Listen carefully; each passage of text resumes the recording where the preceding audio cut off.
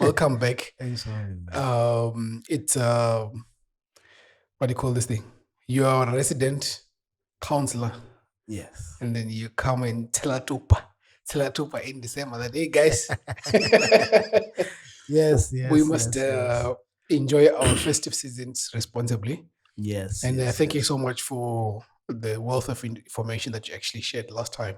Okay. I listened to our podcast today in the morning before preparing for our conversation. Yes, And I was yes, like, yes. wow, we actually touched on many things. Many things. And Yeah. thank you so much for Yes, coming yes. through. And I think with that said, we can just get into the business of Yes.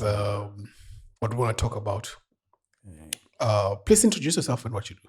Okay. First and foremost, my name is Luyanda, surname Turwana.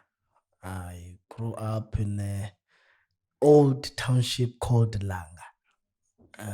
So oldest township, if you can check on history, and it's from Ndabeni. People who are at Langa are coming from the place called Ndabeni. People will just research, and I'm sure they know about the history Sure. of that township. And I grew up at Langa, and my parents bought a house in Nyanga. I studied at Zimasa Primary School, which is located at the same township, Langa.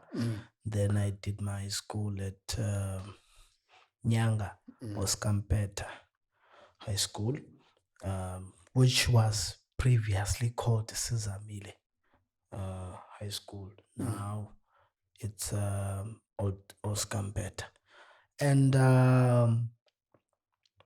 I studied in tertiary level at the University of the Western Cape, where I obtained, I finished my honors in counseling psychology. And from then, I graduated in 2016. So finished there. And after that, when it comes to my discipline, especially in psychology, and it's not easy to get a job because it's really scarce. Jobs are very scarce here. And but I told myself, even the time I was studying, that look, I've been hearing people can discourage you sometimes on something that you are doing. That no, there are lack of jobs in this discipline. You might not work and all sorts of that. It does not pay much. So as for me, it has nothing to do with the salary or whatsoever, but it has to do with the passion because I was telling myself even from standard 5 when I was doing grade 7 that I'm gonna be a social worker. So, but the main thing was about the counseling because I always had a passion, and I think even in the environment where I grew up in township, it has all sorts of negative things. There's nothing nice about township.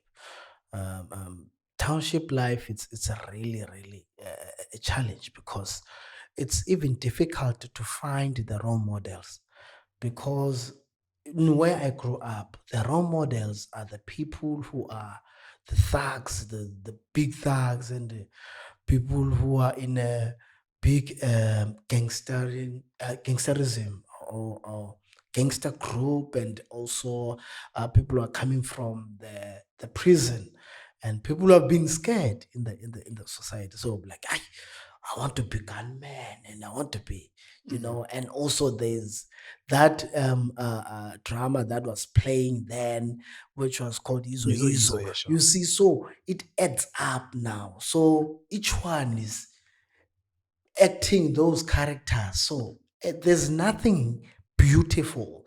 And even from the elder guys that was in front of us, when we look at them, we're like, hey, I so wish one day I can be like this. Like, I so wish one day I can be like this. But privilegedly enough is that about me, I grew up in a church environment place where my father is a pastor. So and but my parent, which is my mom, was someone who was selling fruit and veg. She was never employed, even till today. She's still selling, but she's not selling fruit and veg. She's selling meat, prime meat. So I'm that kind of a person who's growing up in that balanced family. So yeah, then and also I'm a married man with one wife. I don't have a reserve. This is not a soccer. I always say that that my wife is not a soccer. There are no reserve that if this one is tired, then I put. No, unfortunately. Sure. In the field, she's a striker, she's a defender. She's everything. All in one. Both were here. All in We one. are Yeah. playing this match. So if we are tired, we go out together, then we come back together. Yeah. So yeah, with one son, which is Lubanzi, who will soon in the next 2 months, which is next year, January, will be turning 2. Big boy. The big boy. So I call him champion. So yeah, and I grew up in that township. So the reason why I'm coming up with this background is that from church and also sport, that's where my life has been molded and shaped.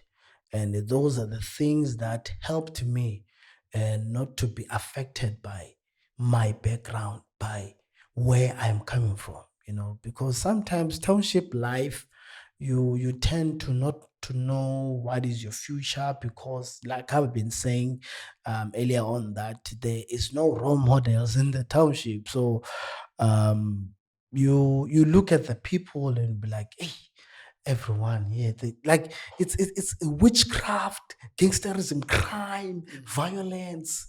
You see, so that is that kind of lifestyle that is lived in the townships where I grew up. Some other people might experience some different things and different places, but those are the commonalities of many townships, especially in Cape Town, which is the highest when it comes to crime. So, but in all that, I've been helped, man, by God, and also God has been the source of my life.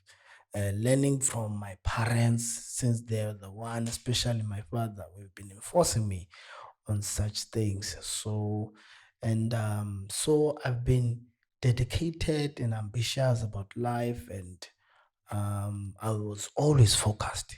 I was always focused. When I do something, I take my all. I make sure 110%. Yeah.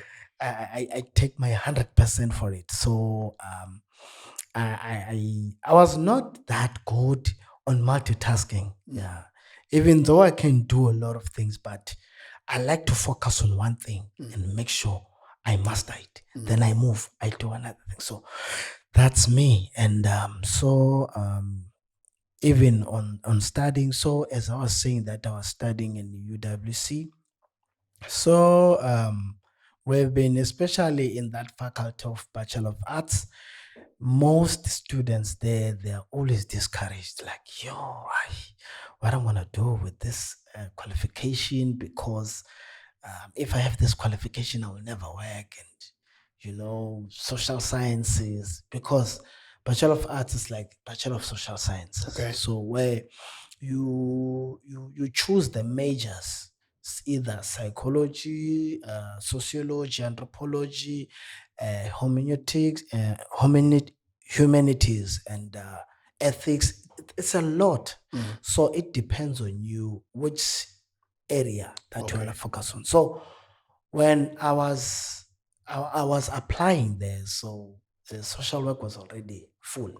Yeah. So the ones that were open was law and Bachelor of Arts. So I was like, okay, Bachelor of Arts, let me take it. Then after I saw, okay, this is more about social sciences, And then I was taken on both, Okay. for that matter, on law. And I was like, Yeah. I don't like law because I don't want to be trained to lie. Mm.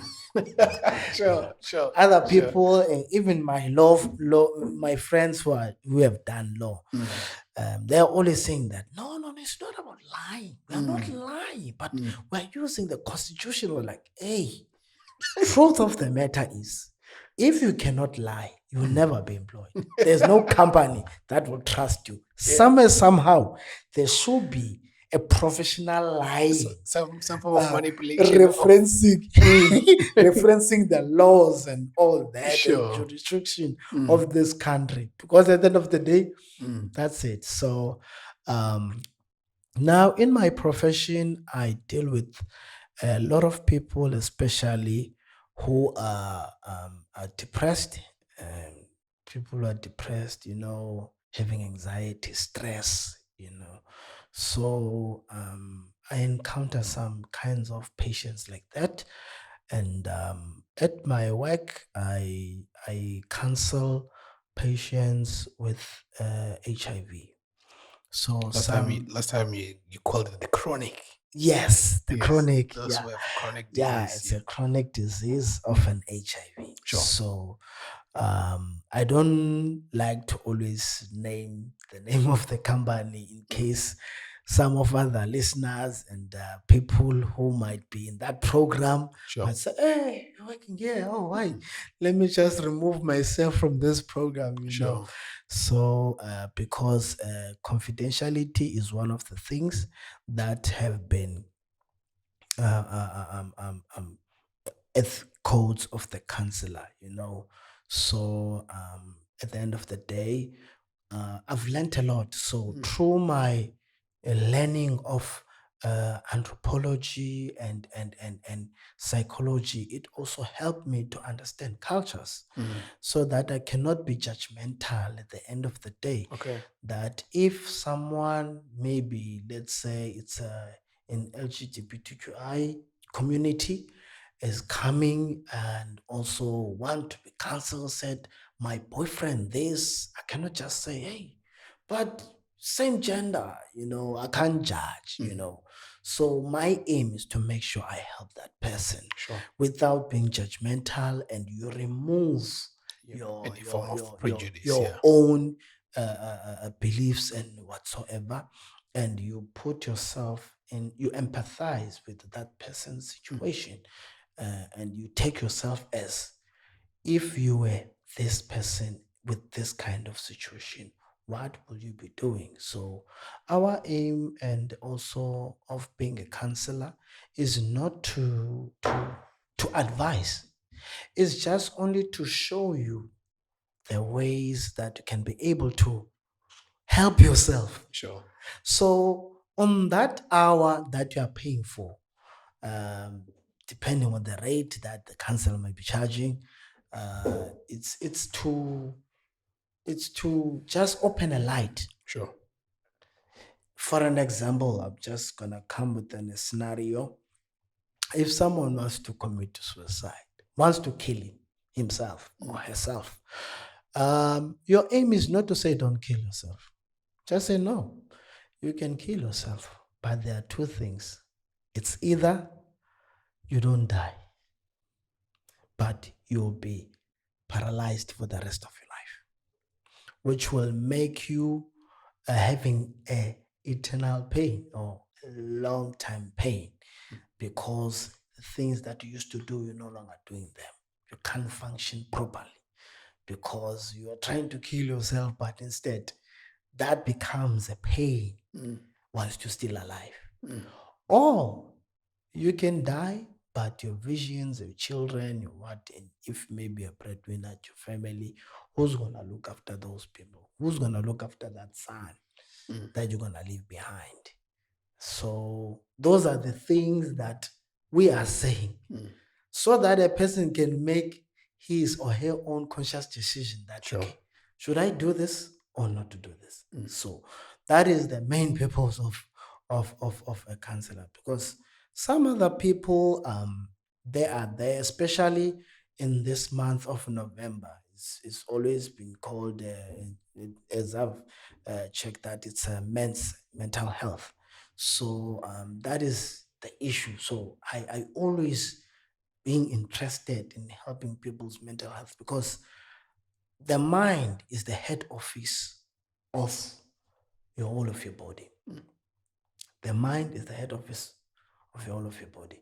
So if each and every person is being disturbed in the mind, then that's where the problem is. Because if the mind is not well, unfortunately, the all other departments will be Not gonna affected. be working. Yeah, sure. It's not gonna be working properly. So hence I always like anything that has to do with the mental health, because it's my passion on helping people in my utmost best, and also Have a balance of some and sort. to have a balance of Yeah. themselves, and also to help themselves in overcoming in each and everything that might be battling with them through their depression, and also their anxiety and stresses. So um, coming back to the HIV one, so the kinds of patients that I we think I don't want us to get to that, Nick, because I have Okay. some few questions that I had prepared, right? All right. I think you have said much now in terms of your background, and thank you so much for highlighting that part Okay. of Okay. your background and where you're coming from, and Mm, your passion for for Counseling. counseling, and the passion for men's health now, Men's as we are health. speaking, Yeah. right? Yeah. So ever since, like, as I was preparing for this conversation, I was just thinking, how has this year been for you working as a counselor?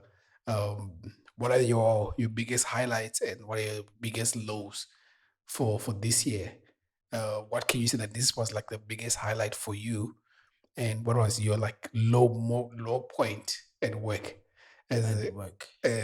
working as a counselor? Working as a counselor, it's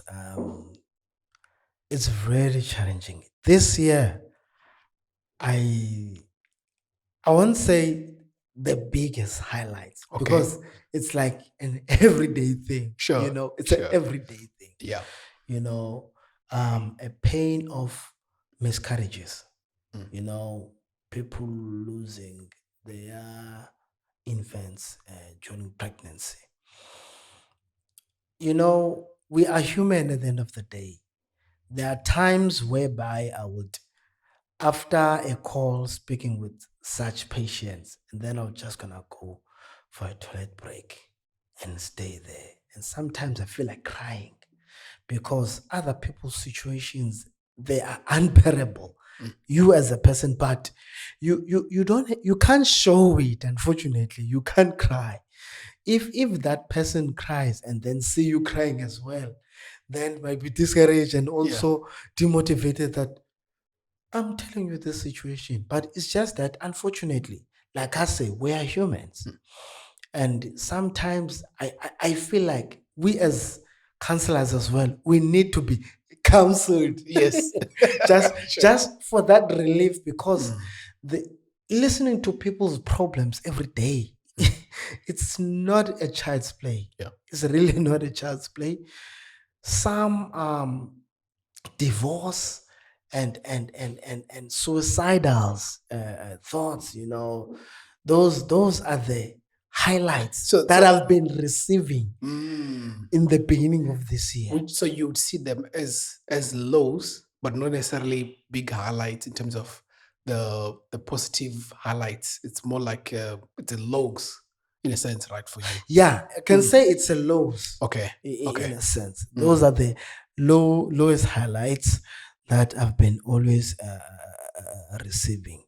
The biggest one is the one of the suicidals, whereby someone wants to kill them now, like Wants to kill themselves. yeah, Sure. and in that moment, because on our workspaces, at the end of the day, you have to stick to the rules and also of being a The counselor. procedure, yeah, sure. Yes, because there's a difference between a pastoral counseling and the counselor like us. It's not the same. Pastoral is different because you can tell them. Pastoral, it's different because you counsel them through the scripture and prayers. Unfortunately, if you go to a pastor and you want to be counseled by a pastor, don't expect anything else. Expect that no, through God's grace, everything will go well, and of which that's what they can do most. And also, there should be a scripture here and there. And unfortunately, what I've realized is that even me as a person, as I go to church, I find out that there are people who want to meet us as counselors, because they already know what the pastor will say when they go on one-on-one. Maybe their situation is not that bad that needs a verses or encouragement from a pastor. So basically, you want someone to listen to your problem. Yes. You just want someone to listen. They not just necessarily want counseling. someone to listen to their problems and speak their heart out, Okay. and then and get some a proper advice on how to do, what to do, and all that. But you guys don't advise, you just give them options. We give them options at the end of the day. And also, if something is clinical, we refer them maybe to the doctors. And also, if something, maybe this depression is a major depression that needs medication, then we do advise that, okay, look, we can show you that, okay, look, man, I'm going to refer you to Mr. So-and-so. So we also work with social workers and as well as the doctors, so that if anything needs a doctor, we refer them to the doctor. Sure. Sorry. If something needs a lawyer, we refer to a lawyer. If something needs social workers have been mentioning, so we refer them to the relevant person. To the relevant person, yes. If someone has been raped, come to me. No, you have to open a case. Unfortunately, that's step number one. Have to open a case. There's nothing to pray there, and there's nothing to cancel. Sure.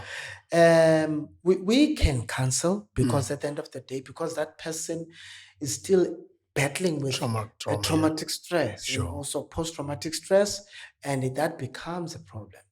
So we do cancel them, but we do the legal part first. Yes. The proper ways. Okay, have you went to police station? Have you opened a case? Have you done this and that and that and that? And then if they've done it, and then okay, then we talk. Sure. Because I think that's also complicated because they usually say that to prove it is very difficult. So you want to counsel the person to do the legal part as soon as possible. Yes. Exactly. That's the thing. So those were the high, the lows. The lows and the highs. So the high one is the one of the suicidals. I've been hearing people saying that some person wanted to commit suicide up until I got such patient, such client that wanted to commit suicide. So, but I managed to help that person to come into his senses so that he can be able to stop what he was planning to do. Yeah. And it's a man. So that is why I was saying that men also, mental health when it comes to men. And so especially we as men, we like to keep things because of every time when we start to speak out, it's either maybe we are made a laughing stock and all that. So, and even most of the clients that I receive, few men that consult, it's only women. Yeah. And whereas the perpetrators and the causes of women abuse and all that is men, which is they are the ones who are supposed to consult to do. Yeah. And they do not see that thing as something that is very important, because even if you do not have any problem, you do not have to see a counselor only when you are depressed, because maybe you might not see even a need to even consult. But if you are someone who is just regularly check up, and also you don't only see the doctor when you're sick, just a normal checkup, maybe quarterly, just to check up everything, high blood pressure, and is everything fine with you? You see, so I always like to make this statement that prevention is better than cure. Sure. Because if you invest more on your health, Mm-hmm. you save from the expenses of the medication and also of the curing part. Because That's cool. curing a chronic and curing any illness is very expensive. It's very expensive. Even if you have a medical aid, sometimes there might be some co-payments, and also if you do not have, then services in most public hospitals are not that good. And so there will be no one who will be after you, making sure that, so other people are being told only when they find out that they have sugar diabetes, that okay, just take 30 minutes walk, just take a 5 kilometer run, something that they should have done Long before. before, yeah. Because investing in your health, it's way better than prevention. Sure. Because prevention, it makes your life miserable. And also you tend to do these things that you're supposed to do in a difficult way, and maybe some other time you might not manage because you're not used to them. You're not used on exercising. So yeah. Sure. So the other thing that because we still want to drive the it's our end of the year drive, right? So we live in a country where we are so what do you call this? Innovative with how we talk about things. So there's this thing of saying that in festive season, relationships ziyavalwa. Hey, yeah. You see, when that statement comes, Yeah. hey. So which basically means, for those who don't understand, is we're closing all the relationships. We're gonna open them in January, right? And it's a bit it's interesting. It's an interesting. Let me just put it as I just want to be open minded about it, Okay. and then we can deal about the problem Yeah, easily, yeah, right? yeah. So you are also specializing on people who are dealing with people who have HIV and AIDS, Yes, right? yes. I just want you to advise everyone in terms of how can they best be safe throughout this festive seasons, Okay. and some few things that they can try to do to try to keep themselves safe, because Safe. I think everyone is in a party.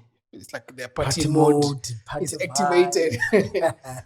and sometimes you don't get a chance to actually think through whatever that you want to do. So when you are in the midst of the moment, you won't try to follow some few steps to try to make sure that you're always on the right side of the law, and right side of your morals, if I can put it that way. Yeah. So please highlight some few things that people can do to try to Okay. be as safe as possible. All right. As I've mentioned earlier, that I work in with the patients with the chronic of an HIV. Most people who have been tested, sometimes, especially on the doctors and also hospitals, usually when the results come back, they are referred to us. And once the doctor says, okay, you can go to that room, so that when you find it, when you start to hear this bad news, other people are taking them as bad news. They are sent to us so that we can be able to counsel them and also to teach them about this chronic of an HIV. So my advice is that chronic of an HIV is still there. It's a chronic And we don't have a cure even now. Well, we do have a cure, but the cure that is there, which is antiretrovirals, which is the ARVs, it's there to management. To manage the viral load and the CD4 count to be on a normal state so that you can be undetectable.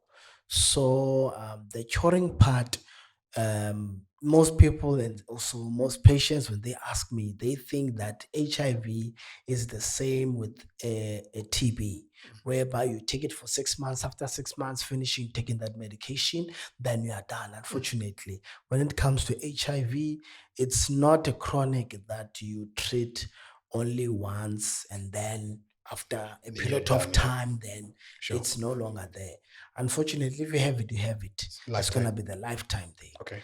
And so the only thing you are given it's ARVs, which was provided, I think, around 2003 here in the country. So they were made available because it's there to suppress the viral load and also to assist the CD4 count. The CD4 count is boosted by the multivitamins. So when the medication is authorized of the ARVs, if the CD4 count is not good, then you also given multivitamin. Multivitamins can be eaten by everyone because it's just to boost your CD4 count so that it can be able to make your immune system strong. So is to as I've said, that prevention is better than cure, but I'm gonna get to the question on what are the things. So, but for now, I'm just giving a highlight of HIV that it's the chronic that if some people, they always find out when they are pregnant. And when they are pregnant, some of other patients, we do call them and say, look, you have been taking medication and then you stop, not a parent. And then others, because the doctors, they just diagnose and say, look, you are positive with HIV. So just to prevent the child, take this medication, take the ARVs, and then they register them in our program so that we can be able to guide them on adherence, being adherent to their medication. So others think they take that medication only in that time of pregnancy. Okay. And then when they've given birth, they stop. And of which is not supposed to be like that. Because so others, when I tell them, I said, no, I think the doctor missed the point on telling you that this thing, it's a lifetime thing. You know, it becomes very painful to them, especially when they hear that part, because according to them, they think that maybe there's a cure. Yeah. So I won't be saying it's a cure. It's just only to manage, because HIV is not killing. HIV and AIDS is not killing, as long you take care of yourself and you take your medication, right? So those are the things that those who are already having this chronic, because other people are still battling with this, and there is that point of disclosing, of saying, how will I tell my parents this? How will I tell my family this? Because it has a negative connotation. The Like thing stigma, of the stigma that I think is because of the reason why it's different with cancer, TB, high blood. It is because of it's known the as it is common through way. sexual intercourse. So when you have it, it's automatically been regarded that you've been sleeping around, and of which that is not the only way to get HIV. And to add to that, is also, in a sense, it's like you're promiscuous. Yes, you are living a promiscuous life. Lifestyle, you see, yeah, sure. So you are careless about your sexuality, and also on how you live your life. You don't abstain, which is the reason why we're talking about this part of relationship. Yes, you see. So now to get to this point of a relationship asingavali, There are a lot of things that are trending on internet and social media. Other people, they've reasons because I know we're gonna let's close it now. We're gonna continue next year. Some other things, but I always prefer that being loyal to your partner. It also helps that you avoid such chronics because it starts from there. If your partner you have is not loyal to you and is having some multiple partners, then it's easy for you to get another chronic, especially that statement on its own is trying to say adhere, and live anyhow. So don't mind about, and you do not think for somebody's daughter that when you sleeping around and you're not even using a condom, you're gonna contract that chronic, and then when you go to your partner in January, you might infect that child with the HIV. And then when most women they always check up, we as men, because of the masculinity and all that mentality that I am a man, Dejan, I can't go to hospitals, and of which that is why, as for them, because most of our patients, especially at my work, it's women, and you might think that men they don't have. Those women, most of them, they got that chronic from men, Their partners, yeah. from their partners, So, but the partners, they are the one who are refusing to be registered. So, the only thing I can say is that um, if number one, you are a nurse, of course, you are working, dealing with the blood every day. Others are being stabbed. Others, So, as for a nurse, we have a program which is pre-exposure pre-exposure prophylaxis, whereby you'll be registered for the period of 6 months. And the reasons for you to be registered in that program, it's either if maybe you're a nurse, you're dealing with bloods, and maybe because most nurses they do get that chronic of an HIV because they are dealing with patients every day and also touching some blood. So, and also if you're a sex worker, we do open that as well because some maybe their customers they might not, they will want it raw without a condom, and also others maybe they will want it with a condom. So because of their scope of work, we do have that program which is pre-exposure prophylaxis, so that you can prevent yourself, so that if each and everything happened, then you can be able to continue taking medication whilst you are doing your job. Does that mean that now in December the guys must be taking the pre?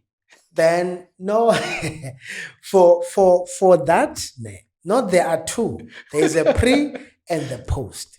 Okay. Okay. So usually it's like a morning after pill. Okay. For women, it Sure. takes 72 hours.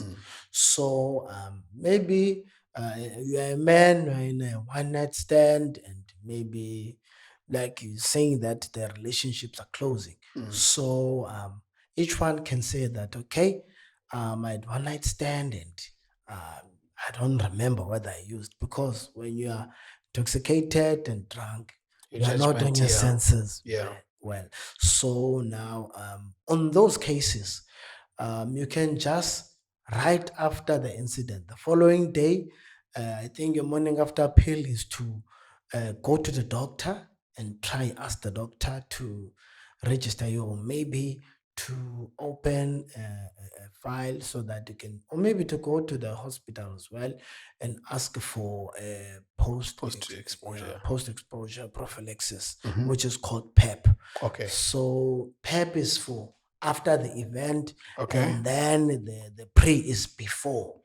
And also the pre is also for the partners if the other partner is positive and the other one is negative. and they're in a period of maybe then one, because we say even those who have HIV, they must use a condom. Okay.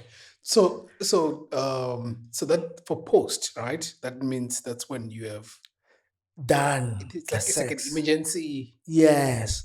Or thing. maybe you are in a forensic, you have touched blood Sure. and so ever. So, like I said, that there are many ways of getting an HIV. So maybe you're the patient, if you're a nurse, you have touched someone with blood, or maybe a forensic, you have touched blood, and maybe you had unprotected sex the following day, or maybe even on the same day. You can also ask for the post exposure Yes, the PEP. prophylaxis. Yes. Yeah, the PEP. So which means that you can only use it for that period and then you're done. That means in a It's for sense 30 you're cured. days. 30 days. Yeah, which So is a it's month. so basically it's more like a cure. It's more, I might say, like I said, it's working like a morning after pill. Okay. Yeah, you know, if most women they don't want to be pregnant, and also they use that just to say in case if Just in case anything happens, so that it can delay the menstrual. I mean the formation and all Yes. that So the process. another question that I have So it's not a cure. It's not a cure to because you do prevent. not have the Oh, HIV. okay. It's just in case if anything happened. Like Okay. I said, that is working like a morning Morning after after pill. pill, yes. It's not to cure and it's not to stop also the HIV, but it's just to prevent so that you can just take a medication. Like I said to you, that the ARVs, their purpose is to make sure that To they manage it. suppress Yes. and also to increase the certificate, also to manage the chronic, to be in a normal state so that you do not transmit the chronic to someone else. You can remain undetectable. So that Okay. is why when you have a viral load that is undetectable, then it's not easy for you to transmit the chronic because your even if you can go maybe and test, the doctor might say you are negative. It's because of it's undetectable. Okay. You know, so no one can know that you have it or you don't have. So that's what another confused one of some of my patients that are experiencing that. Look, I've been taking this medication, but now I just went to the doctor and I've not been taking medication for 5 days, and the doctor has said I'm negative. It's because of it's undetectable. Okay. So it's not that it's not there. So I just want to I don't know if maybe I'm taking long to understand this. So Okay. post exposure, which is the PEP, right? Yes. It means that what you're doing is after the exposure, what you're doing is you are going to be able to suppress the even if there was a load, there was a virus. It is Yes. not going to function because you Yes, have went through properly. the whole program. Exactly. And that means, in a sense, it's not necessarily we don't want to you don't want to use the word cure, but Yes. it actually makes you fight. It makes your Yeah, body it fight fights with the against it virus. with the virus Whatever. to a point where it cannot be detected, and to a point where you don't have to eat the pills again post the 30 days. Yes. So then the pre is the one that you Take for you the period of take 6 months. the period of 6 months. Yes. So which means anything can happen within that 6 months. Okay. In that 6 Or months. do you do it? Okay. Okay. In that 6 months, like I say, Okay. there are reasons. You are a nurse and you are already taking these medications. Yes. So you taking the anti virals, which is the ARVs, is to try and also be in a safe space when it comes to contracting the HIV. Is for you to be fine so that you do not get that chronic. As I was saying, that it is not a cure because you can't cure something that is not there. You see, so it's just only to delay the virus and also to make sure that your viral load is always suppressed and the CD4 count is high. Because when the CD4 count is strong and your immune system is strong, it If anything easily happens, fights okay, sure. with another chronic. So it's not easy for you to get another chronic. Okay. So if your CD4 count is strong and the viral load is always suppressed, then it's not easy for you to contract any other illnesses. Okay. So with that said, So right? those medication is to make sure that it balances. So for the 6 months, are you saying that you have to drink it 6 months before any incident, or if you are starting with it, you have to do it for 6 months? Okay, it's 6 months. Then after 6 months, if you still want to continue, you always go to the doctor and the doctor will call to renew. There is always renew. Okay. Right? Okay. And like I said, that if maybe two partners, other one is negative, other one is positive, they want the child, then in that 6 months, they're not going to use a condom. Only if the other one who's having a chronic of an HIV, his viral load is suppressed and the CD4 count is high. Okay. Then the doctor will say, okay, I can register this one. So that in that period, once the one who is positive, if maybe in this case it's a woman who is negative, the man is positive, then once the woman start to be pregnant, immediately then they have to use a condom. Okay. So with that said, right?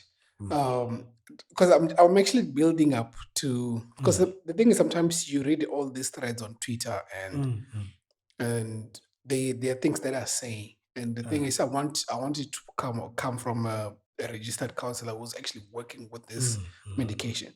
So let's say maybe now we are still in November, we're very close to December, right? Yes. Can somebody eat, or maybe get, not say eat, can someone get into that program of PrEP Yes. to on the 1st of December, knowing that he's going to close maybe work on the 15th, and then from there onwards, it's going to be open season for him? I hope you understand what I mean when I say I get you. Is there a time where you have to eat this? You have to enter this program, or you can just start it anytime? You can start it anytime. It depends And on it you. still helps you, even if. Yes. Okay. Like I said, that the more you take this medication, their purpose and their role, they are still doing it. Like someone who's having the chronic of an HIV. I see. Even though you do not have it, it's playing the same role Okay. on making sure that the viral load is always suppressed and is undetectable. And because the virus is the virus is in the blood. So its purpose is to make sure that the viral load is always suppressed and the CD4 count is high. Right. So if you're gonna go on December, since we're approaching festive season, so each one maybe plan to say, hey, let me take this instead of post. Maybe the doctors will be closed that time because it's festive season. So let me be ready. So you can maybe go to the doctor and try and ask the doctor if we can be able to register you if you have a medical aid.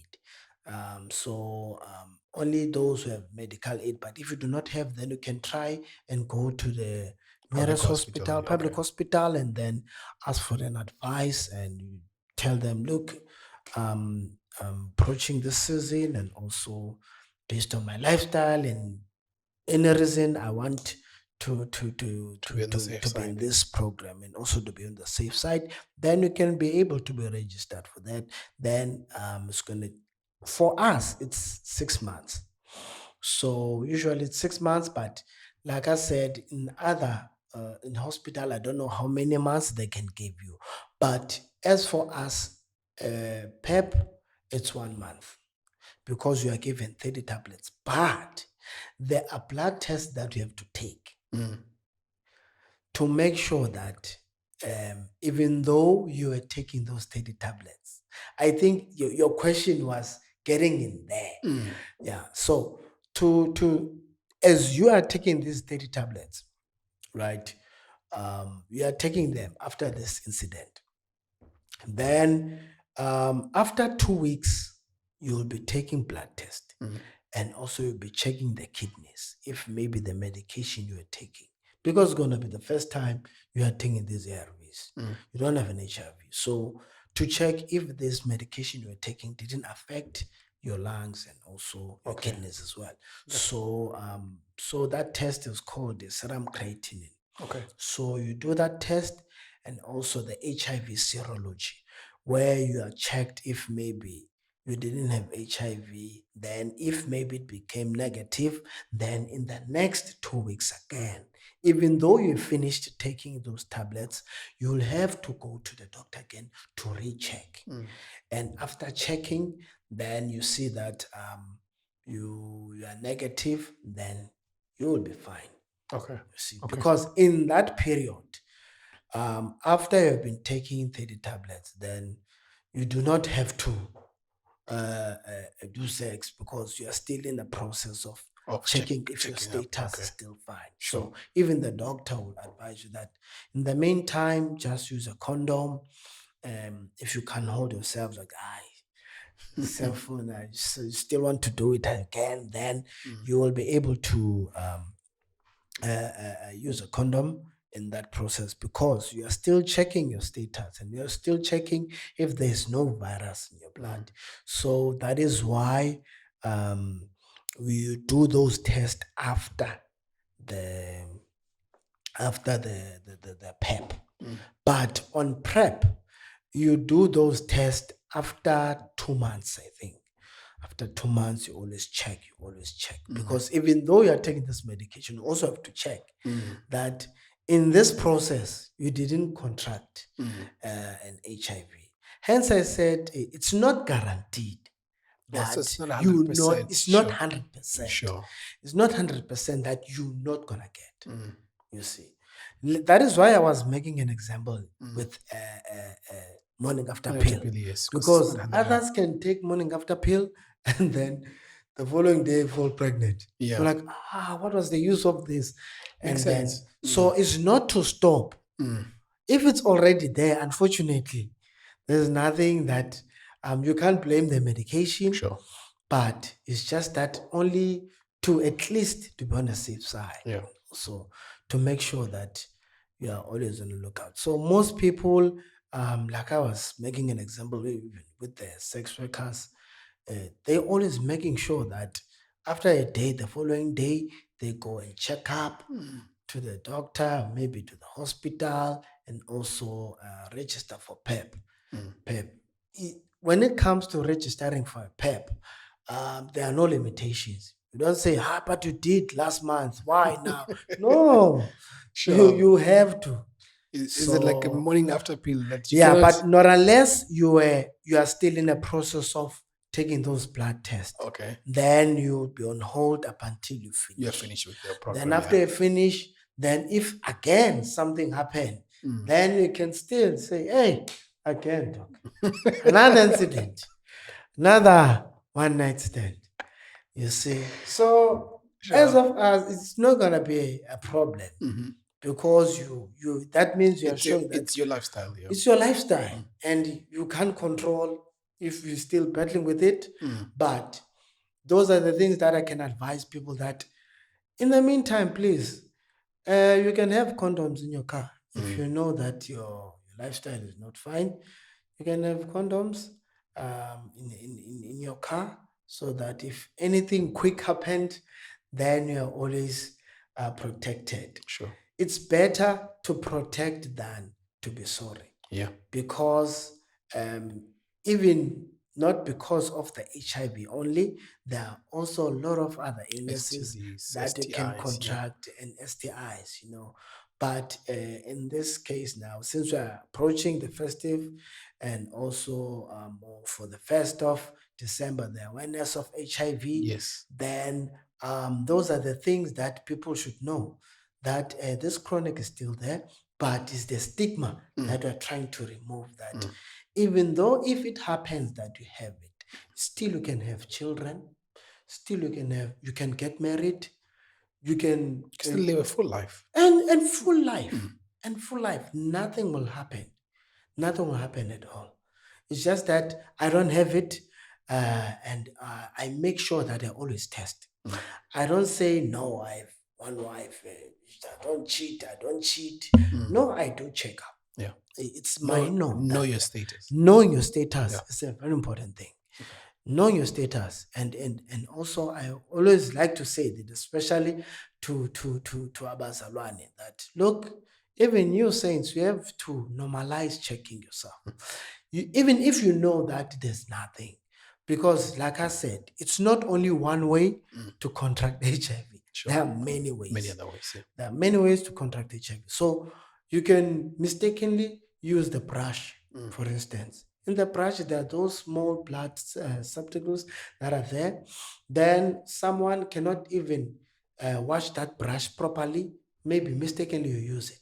So there are many ways to contract the HIV.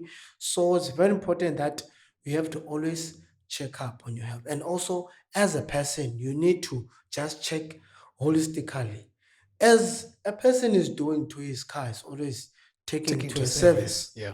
So that you can make sure that there's nothing. If you can do it in your car, but you don't do it to yourself, then you see, then you find people collapsing. So those are the things that I always tell people that it's very important, especially as I've been mentioning earlier, before when I was here, that especially to us as Christians, we have that mentality that no illness can stay in this body in Jesus' name. But it's okay. But it's very important that we have to, before you get married and whatsoever, you go and test.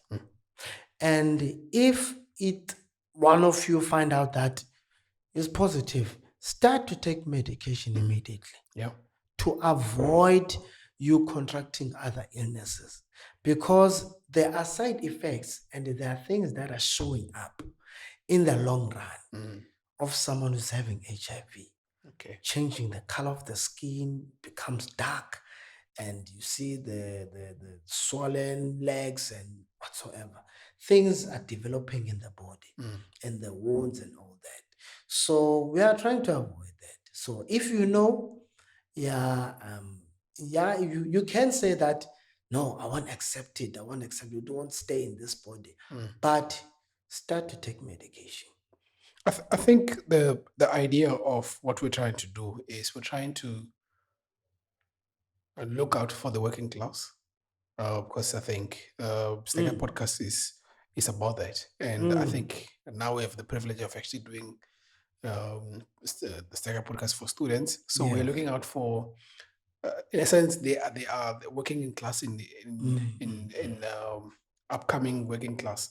So we want everyone to take care of themselves and realize that there's still a new year to come back to. It's a new goals to come back to. Yes. And as much as the HIV and AIDS is not a stigma, but it's a lifetime thing. So it changes your lifestyle and everything. And I think for those who want to actually learn or to hear about how, last time we were talking about defaults, people doing defaults, we talked about it last time. Yeah. So we're trying to say, as the podcast is, the reason why I was having this conversation is I just want to try to take care of our people, so that when they are going out and having fun, just remember to take care of yourself. Just remember to not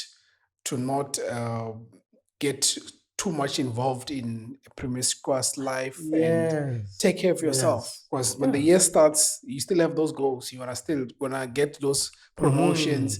You wanna buy your first house. You wanna buy. You see, and it doesn't stop because of the chronic, but you will have more things to manage, which it's not necessary for you to now manage a chronic disease for yourself. So that's the reason why we're actually having this conversation. And thank you so much for touching. And I think everyone who has, I've tried to play the devil's advocate to ask all the relevant question. And I thank you so much, sir, for touching and like I said, you are our resident December psychologist, and thank you so much. And on top of that, I think to close it is, please advise someone out there who is, um, first of all, who is dealing with HIV or who has HIV and AIDS, and secondly, to advise those who are clean. And I think you've already Mm, done some of most of, not some mm, of the mm, things, mm. but I think just talk to those two people. Okay. For firstly, for those who have maybe been diagnosed yesterday or last week, last month, and they're still battling with this, and all I just want to say is that a chronic of an HIV is one of the chronics that is not killing. The ones that are seriously killing is the one which is Cancer, cancerous disease and diabetes. diabetes and whatsoever. Those ones, they kill you from within. And when it comes to the HIV, you can live longer. In fact, most people with HIV, there are other people who are also using a content who are positive with HIV. You can even check on the internet now, TikToks, Instagram, Facebook, YouTube.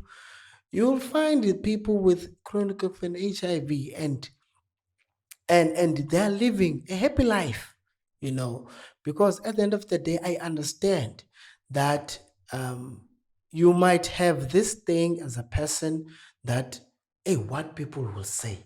That's the first thing that comes to people who have been diagnosed with HIV. What my parents will say, what people will say. As I've mentioned that HIV is not through sexual intercourse on contracting it. There are many ways to get HIV. It's not only one way. So, same with someone who is pregnant. It's not that is sleeping around. That person might be raped, or there might be a lot of reasons that that person can fall pregnant. It's not only through sleeping around only. Maybe that person might be raped and you might not know that. So don't worry about people, worry about yourself. Firstly, take care of yourself, love yourself. Because if you want as a person to be loved by people, and also in order to overcome the labeling and the judgmental talks from other people, you need to love yourself and identify yourself who you are. You cannot identify yourself with the chronic you have. Mm. You can just love yourself and be proud that no, I'm HIV positive and there's nothing wrong with that. And when you are like that, you will see how people will accept you. But the moment you are trying to hide it, that's where people will start to be suspicious. Mm. And those mindset that you might have, that how people are going to view me, is how you view yourself. Mm. Because the moment you are feeling inferior and you judging yourself, I'm having this chronic and I don't know what to do and all that. And then people will try to distance themselves from you, because how you take yourself is how people will take you. Mm. But how you accept this chronic and be friendly and be who you are, then you can be one of the HIV activists. Mm. There is another lady on Nozi on Facebook. They are proudly speaking about HIV, and now they're motivational speakers. They've been called left, right, and center talking about this chronic, and also they are giving birth to a negative children. Mm. So, person with HIV, the only thing I can advise them, those who haven't started taking treatment, they can take time and accept this chronic. Mm. And after they've accepted it, and don't judge themselves. They must not judge themselves and have a guilty consciousness of why am I like this? No. They just have to accept it. And step number 2, start to take treatment before it is too late. Because the moment they start to take treatment later, after they've been diagnosed, then it might cause a viral load to be detectable, and also the CD4 count be very low, and it will create a high risk for them that they can get easily sick, because now it's easily for you to get a high blood and you've been diagnosed with a doctor, and the doctor will find out that you have high blood and HIV. And according to that, then it's going to be a lot of dosage of medication that you have to take. It's going to be high blood and the HIV. But if you have started taking HIV from the beginning, as I said, that I understand, it's not going to be easy. It's not going to be plain sailing immediately. I'm talking for those who have just diagnosed, and those who are already taking it, they must not stop. A healthy lifestyle is also very important. They must continue using a condom. Um, and I understand others are saying that, but no, man, I'm the only one who's having this. My wife does not have HIV. It does not make you to sleep with your wife or your partner without a condom. Always do the right thing. Use a protection at all the time. If ever the wife wants without a condom, must register for pre-exposure prophylaxis, so that both of you can enjoy your sex intercourse without a condom, using a medication, the other one who's negative using a medication. Those who are not having this chronic, I advise that if you are a woman or man, as I've mentioned, maybe based on your work, you're a sex worker, please familiarize yourself on making sure that each and every day, if maybe you had a client and you know you didn't use a protection, you always register for pre-exposure prophylaxis, which is PrEP. Then, if maybe you haven't registered for that, you register for post-exposure prophylaxis. Then I think hospitals will always be available, even though the doctors, they are always on leave. Then hospitals always there 24/7. Then you can go there and ask to be registered so that you can be able to do your thing. And I also have to emphasize that being registered for PEP or PrEP doesn't mean that you are covered 100% protected. No. It might be 70% protection, 60% protection, or it depends. So that you do not say, hi, that man lied, man. He said I must be registered for PrEP. And look, now I have this chronic. No. As I've mentioned, that it's not 100% protection from contracting chronic, but at least it's helping on making sure that it's managing the viral load and CD4 count, so that you can be in a good state at all the time, and also not be in a high risk of contracting any chronic illnesses. So use a condom as a man and also as a woman, making sure that if there is no condom for your partner, try and find one. Try and find one, so that it's better to make sure that you take care of yourself as a woman, because a man won't care for you.